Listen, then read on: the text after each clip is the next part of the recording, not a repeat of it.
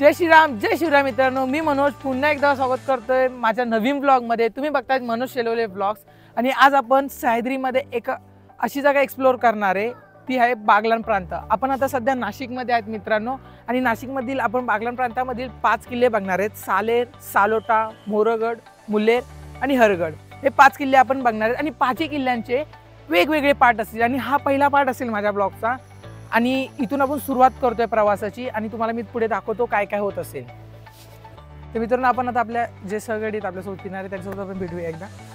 हा आकाश, हा अनिकेत, हा आकाश, हा अभिषेक, हा रोहित, हा अभिषेक।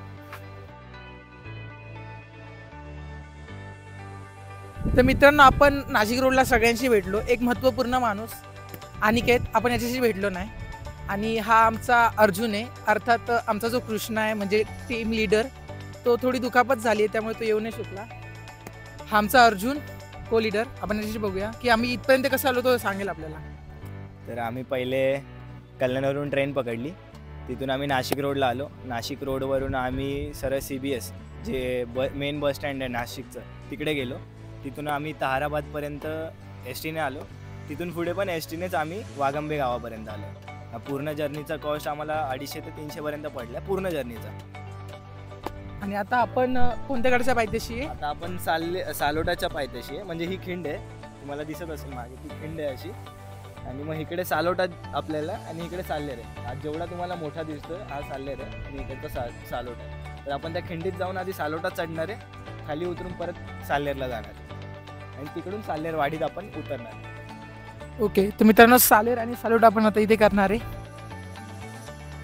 गड सालोटा महाराष्ट्र राज्यातील नाशिक जिल्ह्यामधील बागलाण प्रांतामध्ये सालोटा हा गड आपल्याला पाहायला भेटतो। या गडाची उंची 4200 फूट असून हा प्रकार गिरिदुर्गामध्ये आढळून येतो। याची चढाई सरळ आणि मध्यम आहे।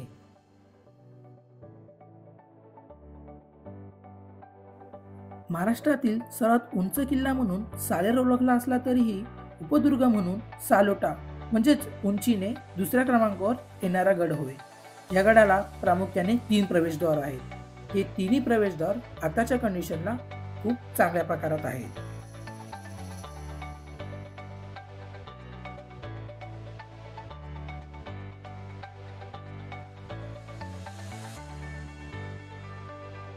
तर माझ्या मागे तुम्ही सालोटा बघू शकता। आपण आता सालोटा करू, 45 मिनिटांमध्ये होऊन जाईल आमचा सालोटा। आता वर असू आम्ही आणि ते सालेर आहे बाजूला। सालोटा केल्यानंतर आम्हाला सालेर ही चढायचं आहे। तर बघूया आता या रेंज ट्रेकला यश येतं की नाही। याआधी आम्ही एक रेंज ट्रेक केलेला राजगड आणि तोरणा, त्यावेळेस मी ब्लॉगिंग स्टार्ट नव्हती केली, त्यामुळे यावेळेस सर्वात मोठा असा रेंज ट्रेक आहे 5 गडांचा। ट्रेकिंगची सुरुवात मात्र छान झाली होती, पण मध्येच असं काहीतरी होईल याचा विचार सुद्धा केला नव्हता। 40 ते 45 वय असलेला एक वृद्ध एका ट्रेकिंग टीम सोबत गड फिरायला आला होता, परंतु सालेर आणि सालोटा याला जोडणारी खिंड, या खिंडाच्या खाली तो थांबला आणि त्याची टीम वर गेली आणि तो तिथे धूम्रपान अर्थात होय सिगरेट फुकत होता तो। आणि हे बघून आम्हाला कुठे ना कुठे थोडासा राग आला, थोडासाच नाही खूप राग आला, कारण की महाराजांचा इतिहास आणि अशा इतिहास जागी येऊन त्यांचं धूम्रपान करणं हे आम्हाला कदापि आवडणार नाही आणि आम्ही याचा निषेध करतो। आम्ही त्याला चांगल्या प्रकारे समजवलं आणि त्यांनी त्याची माफीही मागितली आणि त्यांनी त्याची चूक ही कबूल केली आणि तो यापुढे करणार नाही असं देखील त्यांनी आम्हाला सांगितलं। म्हणून मी तिथला काही व्हिडिओ किंवा काही ब्लॉग तिथला शेअर नाही केला, कारण उगाच कोणाची पर्सनल लाईफ शेअर नको। मित्रांनो, एक प्लॅनमध्ये आम्ही थोडा चेंजेस आणलाय की आम्हाला सालेटा गेल्यानंतर सालोर करायचा होता, त्यामुळे आम्ही जे आमच्या बॅग्स आहेत त्या सालेटाच्या खाली ठेवलेल्या आहेत आणि सालेरच्या खाली ठेवलेल्या आहेत। सालेटा चढायला घेतलेला आहे। माझा आवाज थोडा कमी येत असेल कारण की माझा माईक पण खालीच बॅगेत राहिला आहे, त्यामुळे तर बघूया आता आपण। थोडंच कठीण वाटत चालली आता, एकदम खडी चढाई तर नाही बोलू शकत, हलक्यामध्ये बघू शकता तुम्ही. खूपच कठीण अशी चढाई आहे आणि आम्ही एक घाई केली आहे. बॅगा ठेवण्याच्या नादात पाण्याच्या बाटल्याही खाली ठेवल्या आणि आता पाण्याच्या बाटल्याच नाहीत आमच्याकडे. बघूया आता वर गेलो की काय होतं ते. खूपच तहान लागली पुरण, पण पाण्याच्या बाटल्या नाहीत. हा अनिकेत, अनिकेत पाण्याच्या बाटल्या खाली काय ठेवल्या आपण? आपल्यासोबत एक जरा विशेष अनुभव घडला ना, त्या माणसाला बोलण्याला आपण विसरलो की आपण पाण्याच्या बाटल्या घेतल्या पाहिजे. कुठला अनुभव घडला अनिकेत?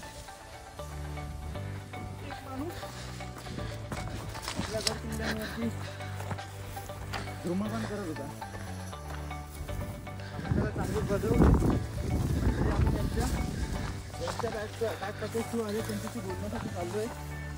काय होतं मित्रांनो, हे तर चुकीचं आहे. तुम्ही माझे पहिले ब्लॉग बघितले असतील हरियत, त्यामध्ये पण हा किस्सा झालेला. त्यावेळेस आपल्यासोबत अनिकेत पाटील होता, आता देखील आहे. त्यावेळेसही आम्ही बजावलं होतं. तरीही ही जी माणसं आहेत ते सुधारण्याचं काय नाव घेत नाही आहेत, कारण यांना माहीतच नाही आहे. हे एक फक्त पर्यटक म्हणून येत आहेत, इथे फिरत आहेत आणि जात आहेत. त्यांना याच्याशी देणं घेणं नाही आहे की तो इतिहास काय घडला आहे किंवा काय इतिहास आहे याचा.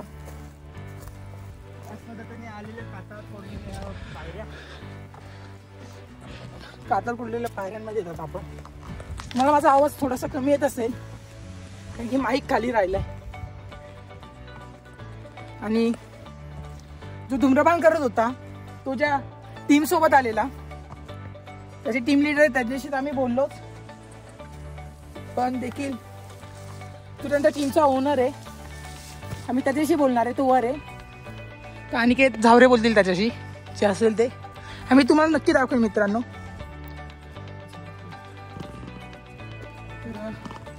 मित्रांनो, जो काही विषय झालेला विषय खाली आम्ही निपटवला. त्याची व्हिडिओ रेकॉर्डिंग नाही काढली. खूपच आवाज लिहिला होता. जो ट्रेकरची टीम होती ती, छान असं नाव आहे यांचं. महाराष्ट्रामध्ये टॉप 5 ला येतात त्यांची क्लाय.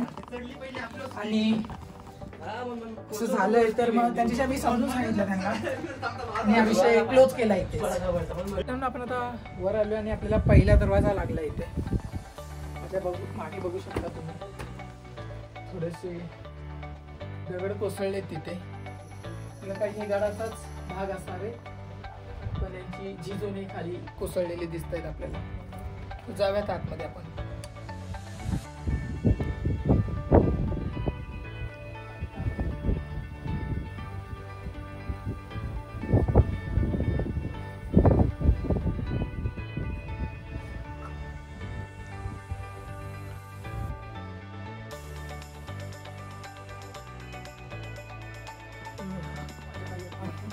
पण आता प्रवेशद्वारामधून आतमध्ये प्रवेश करतोय. मला माझ्या मागे इथे असं प्रवेशद्वाराच्या वर, दरवाजाच्या वर हे दिसत असेल 2 सेम उजव्या आणि डाव्या साईडला आहे. याचा उपयोग आहे मशाली ठेवण्यासाठी केला जायचा पूर्वीच्या काळी. तसेच याच्या खाली आपल्याला दिसेल. याची मला फारशी तर माहिती नाहीये. मी दोन्ही साईडला आहे. जाऊयात आपण आतमध्ये.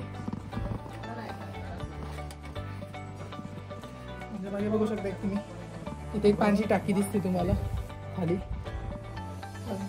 याची ही झोन दगड खाली पडलेले आहेत आणि पूर्णपणे पाणी टाकी बंद झालेली आहे. इथे एक पाण्याची टाकी दिसते तुम्हाला माझ्या मागे.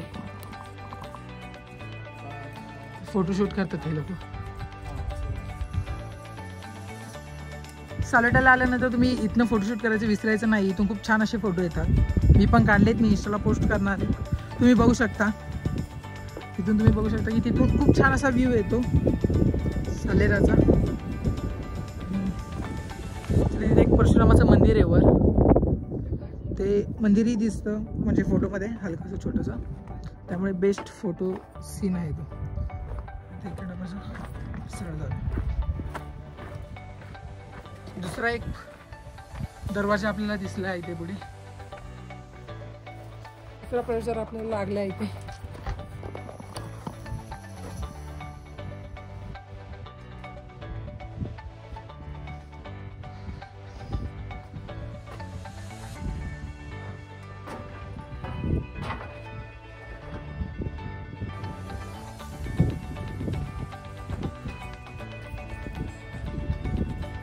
आता कुठेतरी थोडासा गारवा अनुभवायला भेटतोय.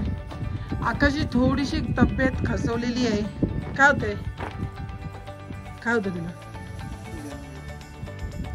थोडीशी पाण्याच्या कमतरतेमुळे त्याला डिहायड्रेट त्याची बॉडी झालेली आहे. फिटनेसमधला येतो त्यामुळे त्याला थोडंसं जास्त रिॲक्ट होतंय. तसं आपल्याला अजूनही किती पाण्याची टाके दिसेल.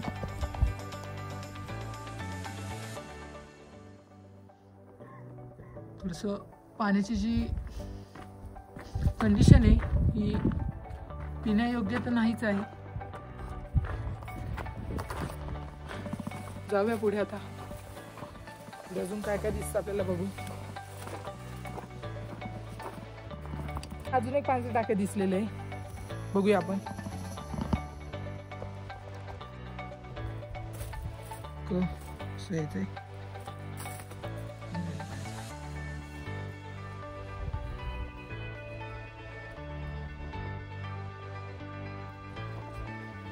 शेवाल त्याच्यावरती जमा झाले. पण पावसामध्ये जर तुम्ही व्हिजिट कराल तर हे पाणी पिण्यायोग्य असतं. एक असा वेगळाच गोडवा असतो त्या पाण्यामध्ये.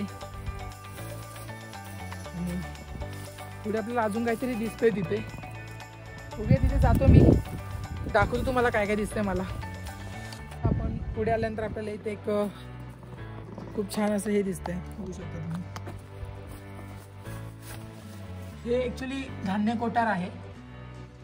याचा जो उपयोग आहे किंवा वापर हे धान्य साठवण्याकरिता होता. गडावरील जेवढं काही धान्य आहे त्याचा साठा पावसापासून सुरक्षित जागी ठेवण्यासाठी होतो असं. परंतु काही कारणास्तव इथे थोडेसे याच्या ज्या भिंती आहेत त्या कोसळलेल्या आहेत. नाहीतरी याची कंडिशन पहिले खूपच छान पद्धतीत होती आणि ते ॲक्च्युअलमध्ये धान्य साठा केला जात होता.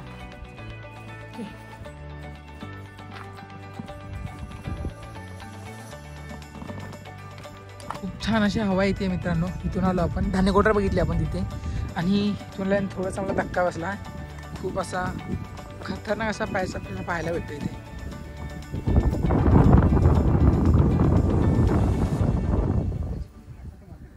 बघू शकता. इथून आलो आणि तिकडून आलो आपण मित्रांनो. आणि आता इथे आपल्याला अशा सीड्या लागलेल्या आहेत. हे बघा, अशा सीड्या लागलेल्या आहेत. आणि मी आता इथे एक चुकी केली. इथून मी धावत आलो आणि त्यावर आकाशने मला शिव्या दिल्या. मुळात त्या शिव्या नव्हत्या, ते एक मित्राबद्दल, एक भावाबद्दल प्रेम होतं की जर तू पडलास तर काय होईल पुढे, असं हेच त्याला बोलायचं होतं थोडक्यामध्ये. तर आपल्याला पुढे जाता जाता एक प्रवेशद्वार आहे.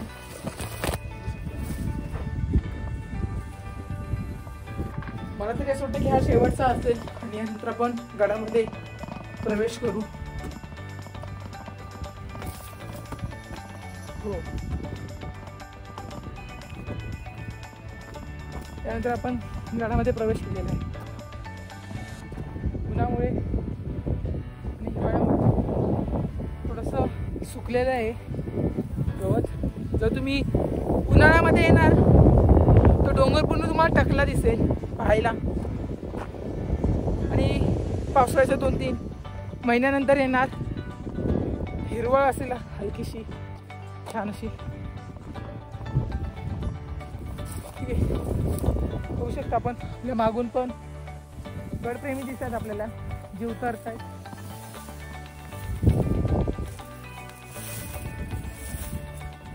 पुढे बघू आता आपल्याला सालोट्यामध्ये काय काय दिसतं या गडामध्ये. आणि हा गड उतरून सालेर चढणार आहेत आम्ही लगेच. आणि पुढे काय प्लॅन होतोय मी तुम्हाला सांगतो. प्रवेशद्वारातून आल्यानंतर आपल्याला इथे एक पाण्याचं टाकी दिसतं. इथे इकडे क्वालिटी आहे थोडी चांगली आहे, पिण्यायोग्य आहे. थोडासा कचरा आहे त्यामध्ये. आणि जसं आम्ही पुढे जाऊ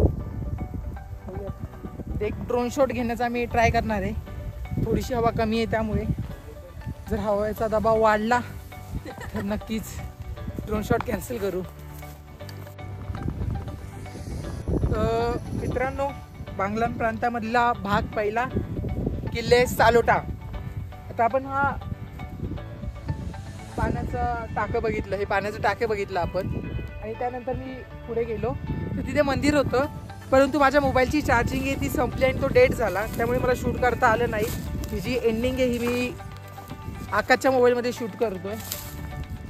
आणि जो सालोट्याचा जो भाग एक होता बांगला प्रांतामधला तो मी इथे संपवतो मित्रांनो. आणि आपल्या पार्ट 2 मध्ये आपल्याला सालेर हा किल्ला बघायला भेटेल. तर भाग एक तुम्हाला कसा वाटला हे तुम्ही नक्की कमेंट सेक्शनमध्ये सांगा. लाईक करा, इंस्टाला फॉलो नसेल केलं तर फॉलो करा. अशाच सह्याद्री रिलेटेड ब्लॉग्स किंवा व्हिडिओज पाहण्यासाठी मला इंस्टाग्रामला फॉलो आणि यूट्यूबला सबस्क्राईब करा, लाईक करा, कमेंट करा. आणि भाग 2 सालेर लवकरच.